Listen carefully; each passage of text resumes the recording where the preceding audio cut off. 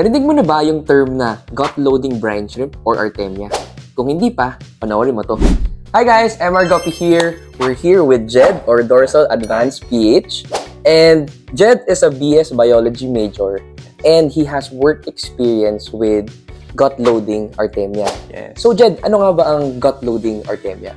So, gut loading is the concept of feeding the Artemia with a very specific nutrient combo that you can also feed to your fish. So, for example, meron kang fish na may sakit. Tapos, gusto mo siya pakainin ng metronidazole. Kaso, since bitter siya, ayaw kainin ng fish. Pwede mong gawin is i-gut load yung Artemia with the metronidazole, then kakainin ng fish yung Artemia. That way, na-apply mo yung medication in a way na gustong-gusto ng fish. So pinapasok mo yung medication sa Artemia para kainin ng isda. Yes. Oh, so pwede rin siguro yung mga ano dyan, probiotics, Yes. vitamins. Yes. So parang pinapaganda mo yung quality ng Artemia para mas maganda yung kinakain ng isda mo. Correct. Parang in-upgrade mo yung nutrient availability nila. So when we're talking about the benefits of gut loading Artemia, ano ba yung mga naging effects nun or ano sa tingin mong magagandang effects ng gut loading? Well, for example, meron kang nutrient na kailangan mong ibigay dun sa fish, tapos hindi mo bigay normally. Gut loading will allow you to give that nutrient, for example, vitamins, no? So magiging mas healthy yung fish mo in the long run. Mas tataas yung fertilization nila, mas gaganda yung muscle mass, gano'n. And most importantly, of course, no, yung kulay. Oh, yes. Okay. Okay, so for the benefit of our audience, paano ba yung specific na procedure ng pag-gut load ng Artemia? Okay, so firstly, after mo harvestin yung brine shrimp, no, after 24 hours from hatching, ililipat mo sila sa separate container na merong same salinity kung saan sila nag-hatch, pero malinis. Okay, Bago. so new water. New Yes. clean water, pero same salinity to avoid water shock. Yes, Okay. correct.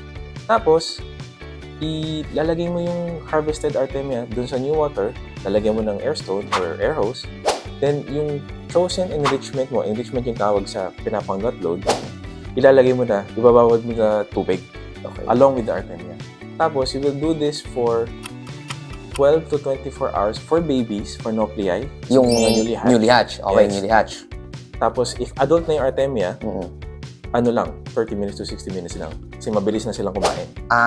Okay. Pero when you talk about adult Artemia, ito yung tipong nandito na. Yung sa, Yes, ito. yung mga malalaki. Yes. Yung mga almost a month old na yun eh. Yes. Yes. Okay, so pag adult, 30 minutes to 60 minutes.